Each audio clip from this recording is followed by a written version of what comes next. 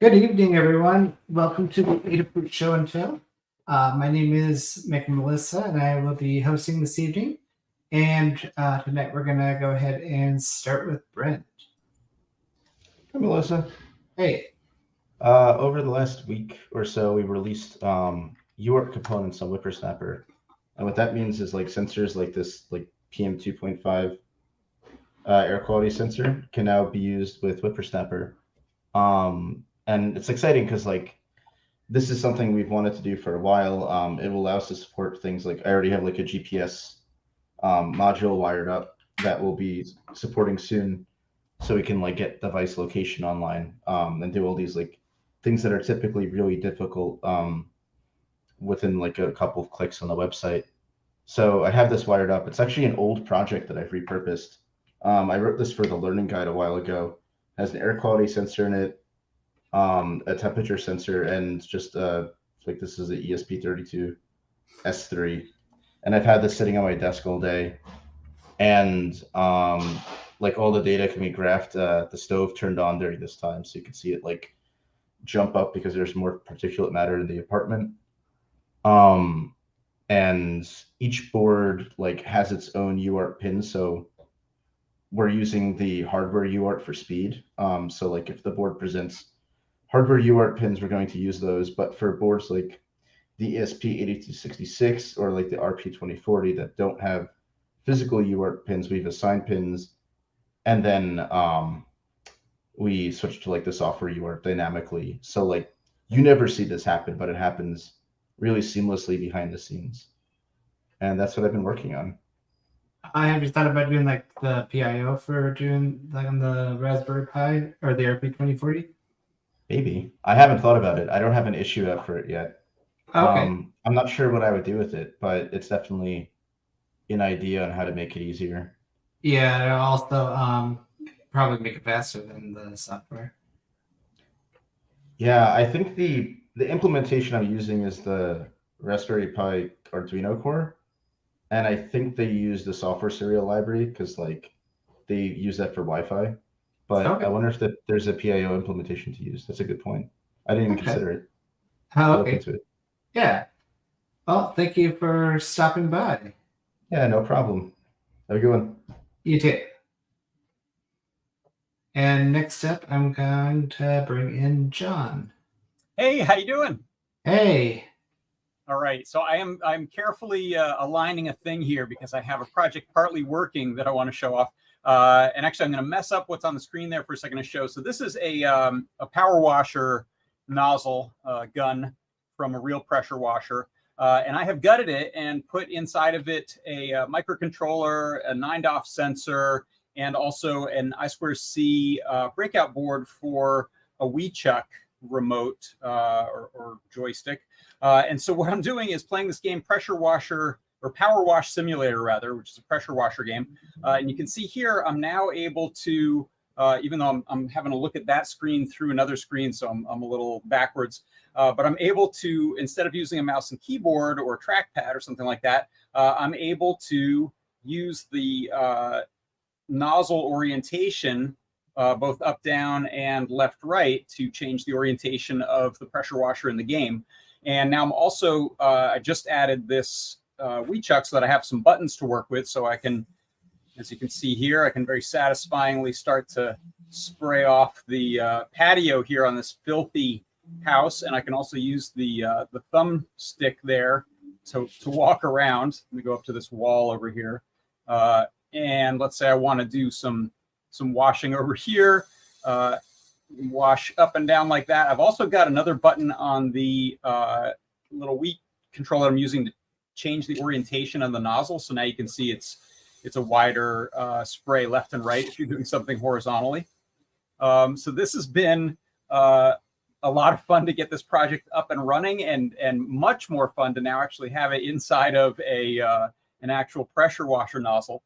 And so now I'm also working with Jan Goolsby, C. Grover, on taking some of your code, Melissa, that's used for calibration on this sensor, the BNO055, and make some auto calibration stuff that we can do at the beginning so that the orientation is where you want. Because right now it's essentially based on a heading. We're getting an Euler angle based on the magnetic sensor in there, as well as the gyro and accelerometer. But if I wanted to play the game facing that way, well, now it's just going to be spinning endlessly. So we want to have a little relative offset that we can control when we get set up.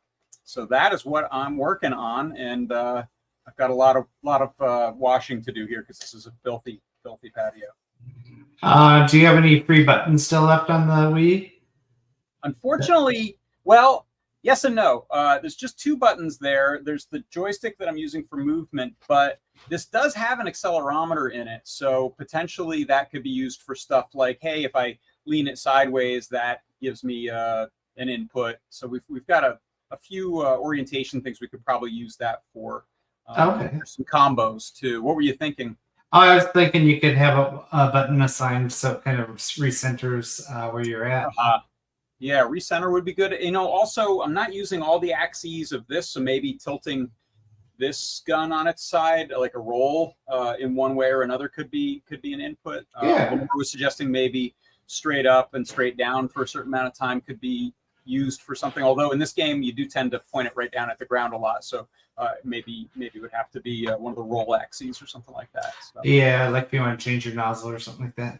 Yeah, exactly. Yeah, that's a good one. You can change the nozzle out on the game, and I don't have a way to do that, but I'd love to get all those in there as possible. Also, I don't know if this one does tap detection, but maybe doing some sort of like a nozzle change with that kind of a tap would be possible.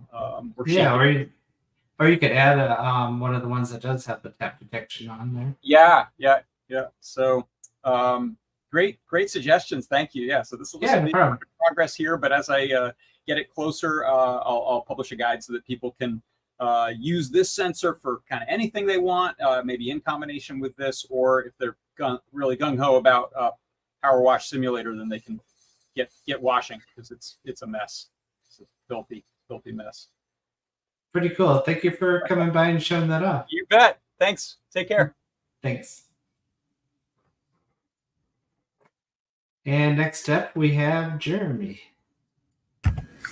Hi. So in a week from Saturday, there's going to be a solar eclipse. It's going to be an annular solar eclipse. For those of us who are in the right swath of the country, you're going to see a nice ring of fire.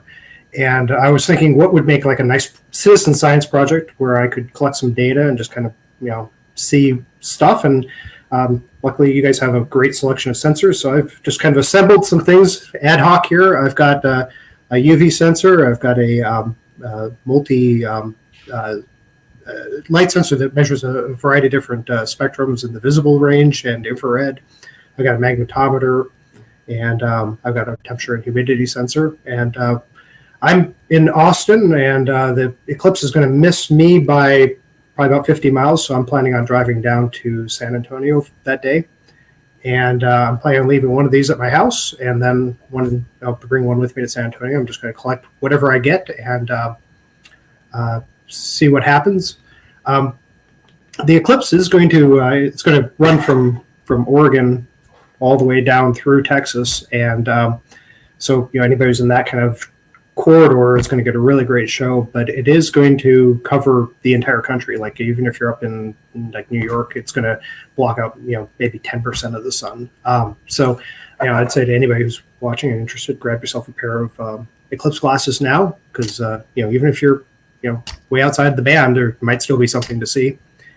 And that's pretty much it. Oh, cool. I'm wondering if I'm in the band. I'm in Las Vegas. So.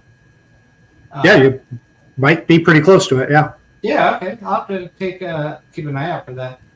So, do you have any plans what to do with that data? Not yet. I'm kind of collect it first and then just parse through it and see what I get. See if there's any kind of interesting data to pull out of it. If there is something, I'll be back in a few weeks and I'll share what I find. I'll post in the Discord. I've got I posted the code as it is right now. It's extremely rough, but I'm planning on working on some more this weekend. But I'll post in the Discord a link to that as well. Okay, cool. Well, thank you for stopping by and showing that off. Sure thing. Thanks for having me. Thanks.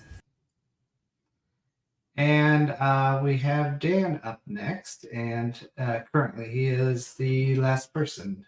Unless somebody else stops by, I'll have him finish up. Hi. Hey, thanks so much. Hi.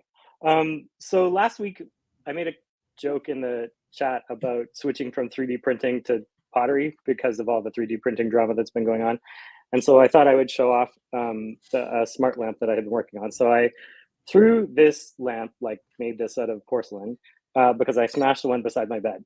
And so it's got inside a one of those LEDs. It's like a 1 watt-ish LED with a kind of like a 2.8 volt drop on it.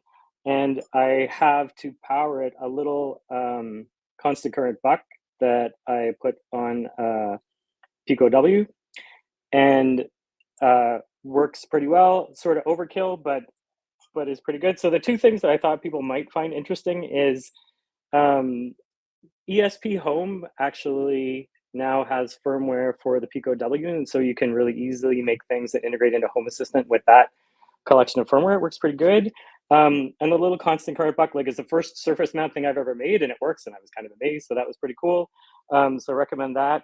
And the other thing that might be interesting to folks is, so the Pico doesn't have, or the RP2040 doesn't have a touch peripheral, but there is, I found some code to use the PIOs to watch how long it takes a pin to get pulled up or down by the internal pull-ups, which happens quite fast. So like in the old days, you would use like a 1 meg pull down or something, and then see how, like, charge a pin up and then see how long it took to flip to the other direction.